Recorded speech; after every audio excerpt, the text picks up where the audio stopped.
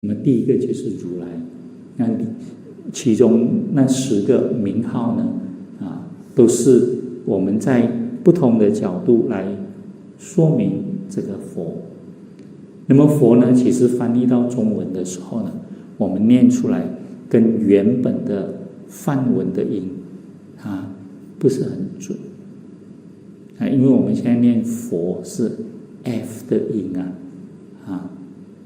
那么梵文的佛是什么音呢？是 B 的音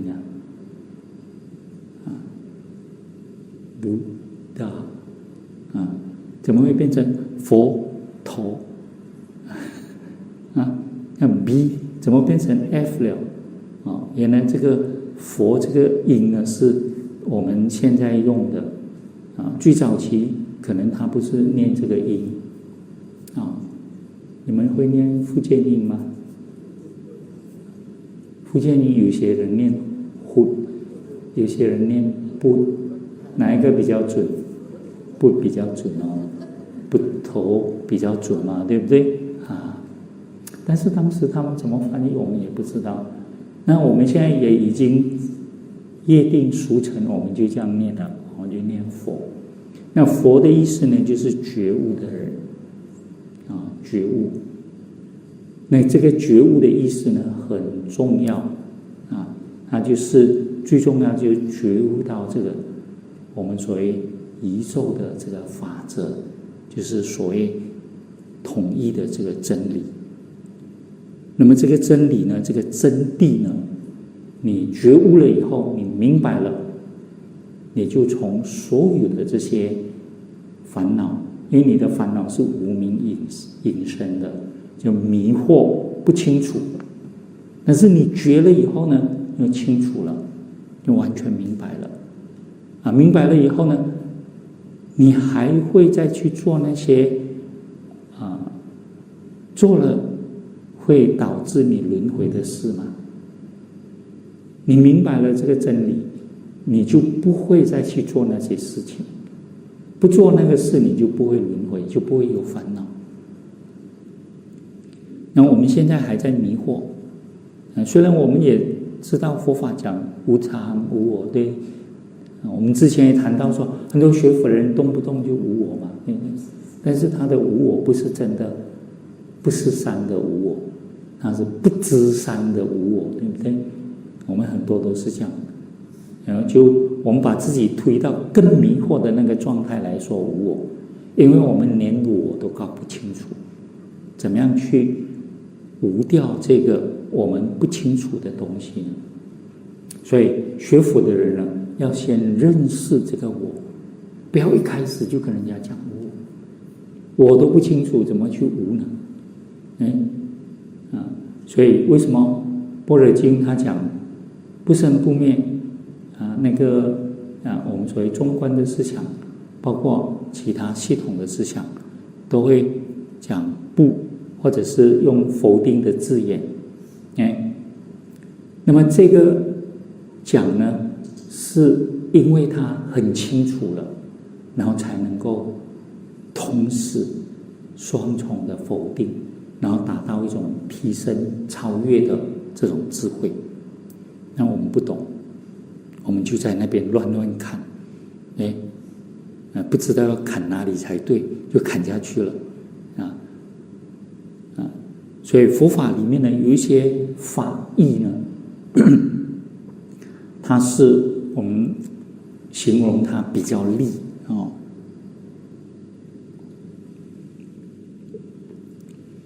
比较利的意思呢，就是说它的用词它可能产生一种我们感觉到说很利的那种力量，就好像我们切东西一样但是你这个利切错地方的时候呢刀很利你不是砍别的东西，是砍自己，那怎么办？我们常常都是这样无我拿这个我乱砍这个我，对不对？那么我们要悟掉是内心自我的中心意识，内心自我的执着嘛。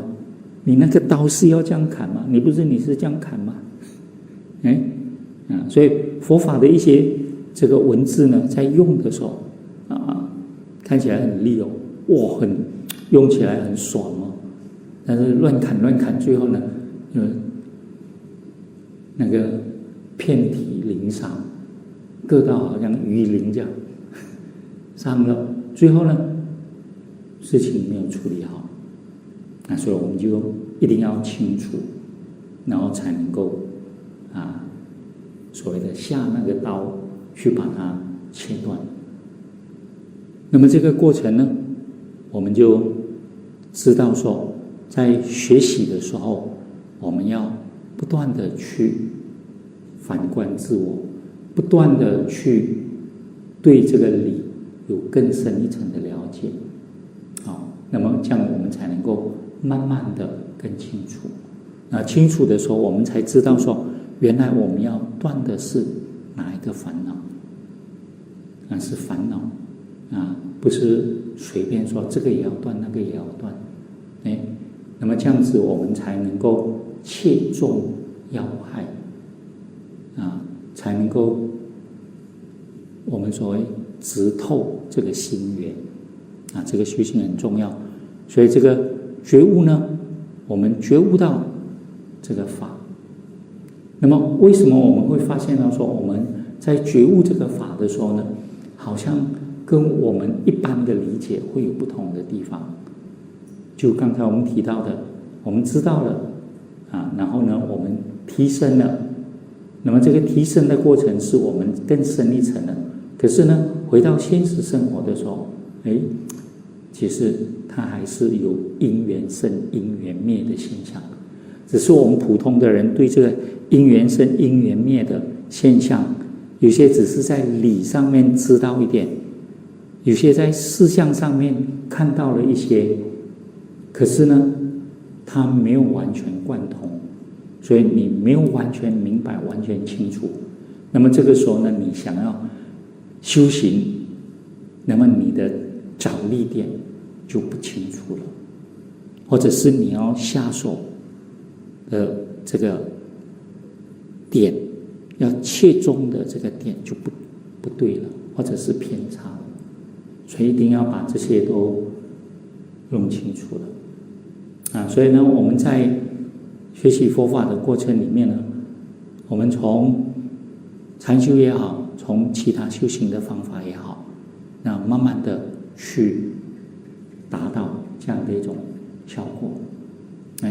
那么这些呢，又会从我们的身心或者是我们的身体力行里面呢去显现出来。所以从我们的礼拜的方式，我们可以看得出来我们这个人在用功上面是不是慢慢的跟这个法相应了然后呢，从我们的语言，我们这里虽然讲称赞如来，如来是我们所称赞的对象，那么在这里呢，我们又要注意到一点，因为呢，我们很多人比如说你在礼敬诸佛、称赞如来的时候呢，我们说这个是有一种信仰，一种信愿，说我们有个对象，能礼所礼，能赞所赞。所赞的对象是谁呢？是如来。所礼的对象是谁呢？是诸佛。很多人呢，看到这个文字的时候呢，他就停滞了，以为我们只需要礼拜这个佛陀就好了我们只要称赞如来就好。那么不知道说这个礼跟敬之所以要先对着佛、对着如来呢，是因为我们要先升起这样的一种信仰的心，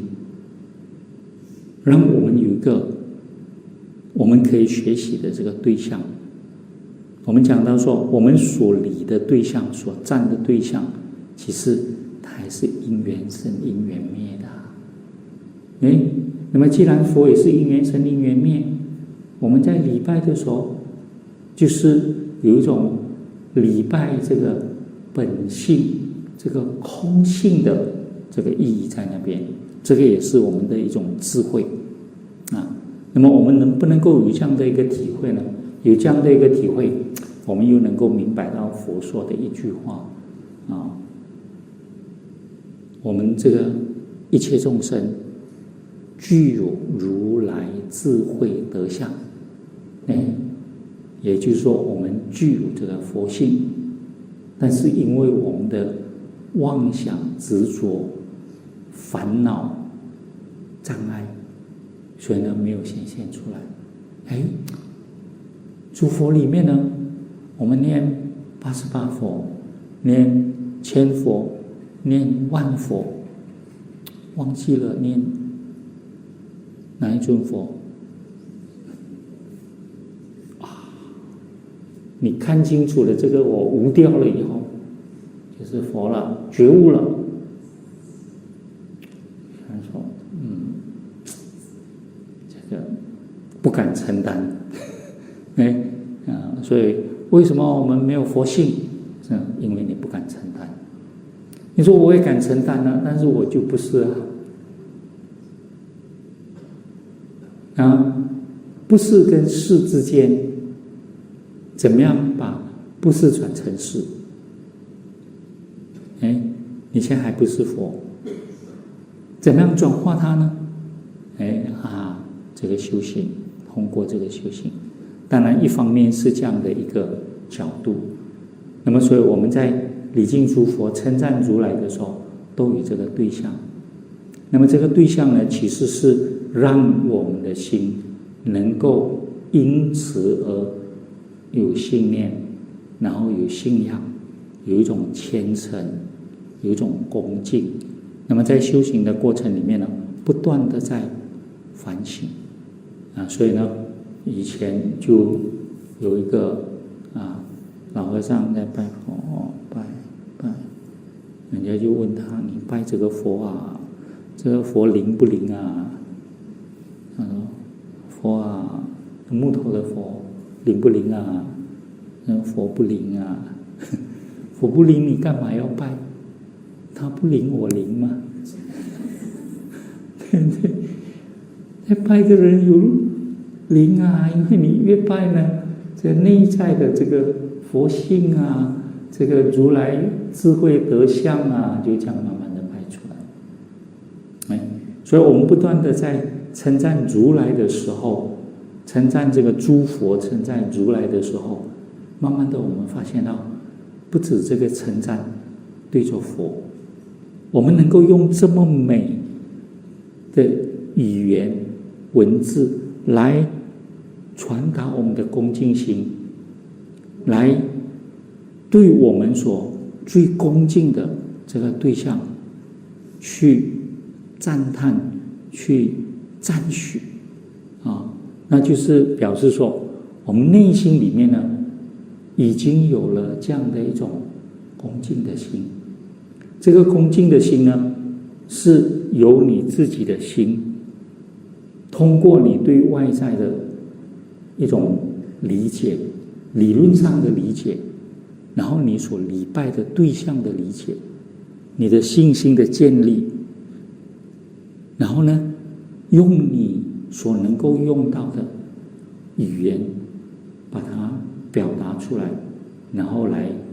传达你内在的这种恭敬。比如说我们念的一些文字呢，它就是在赞佛的。我们现在念可能也没有什么感觉天上天下无如佛。还有呢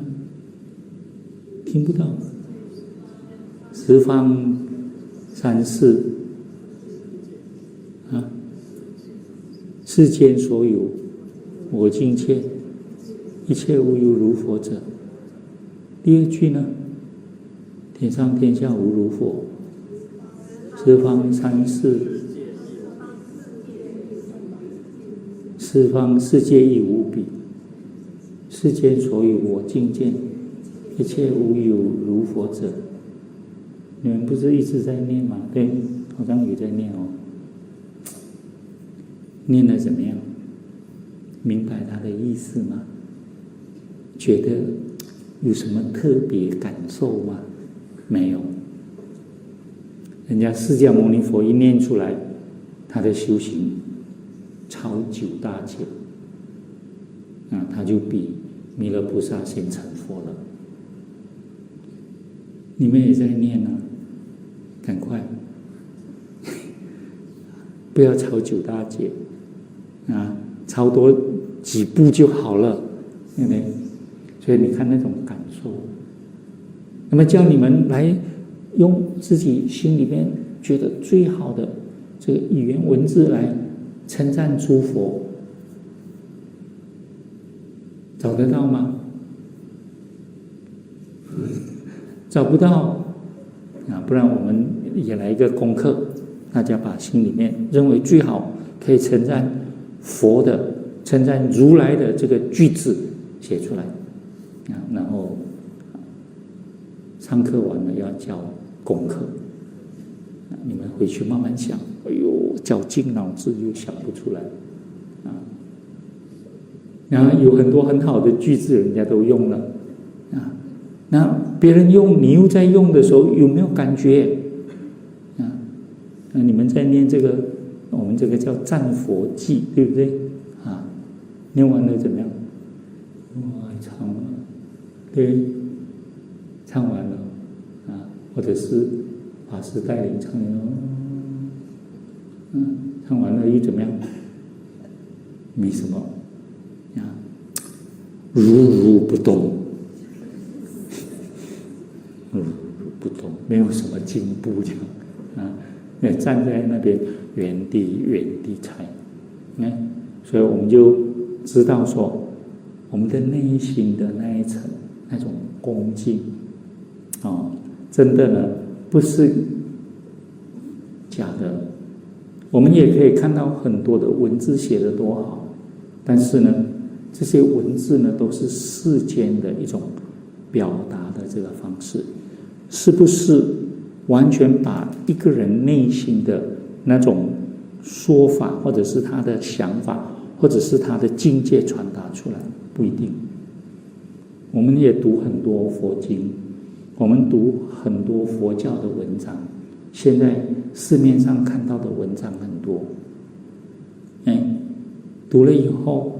有没有什么感动的？读了不感动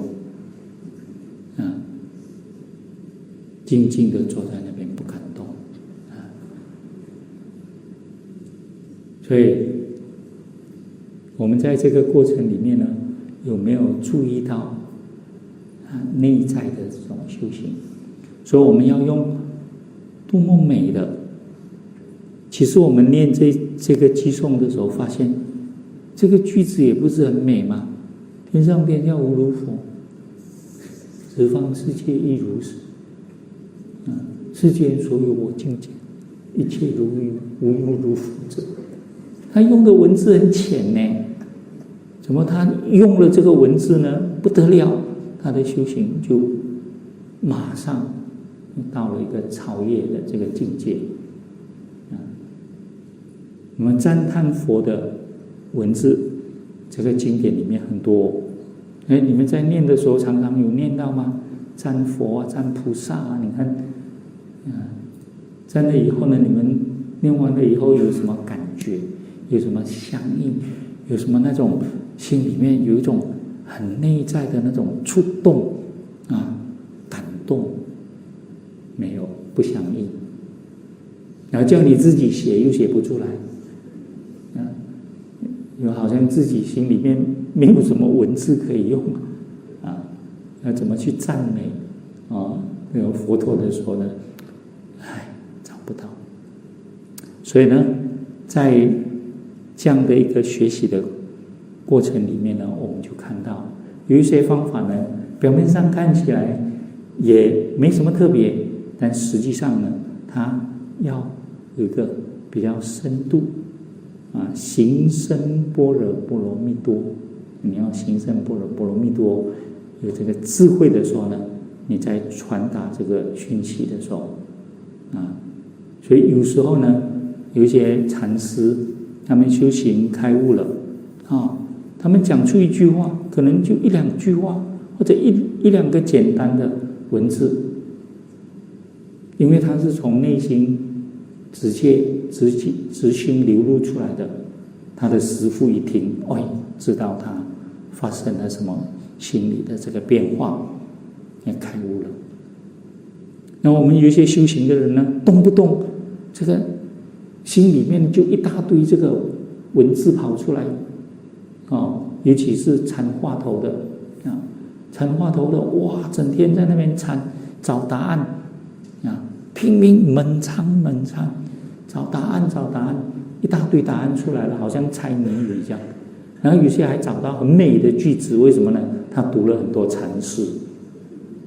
拿出来就要赶快给师父看。师父，你看我这么厉害以前的禅师看到这么厉害的徒弟或者学生来的时候，一脚就把他踢掉了。为什么？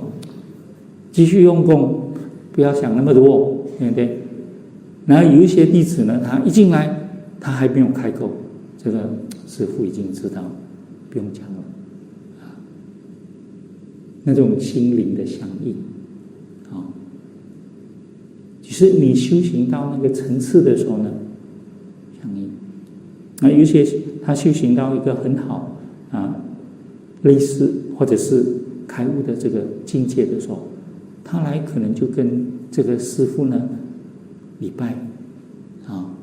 跟师父交代一下，他就走了，就明白了。所以我们所谓的这个称赞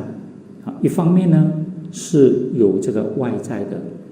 能赞所赞的对象，还有所用的这个工具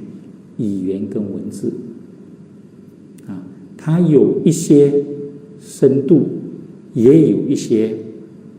表象我们很多时候呢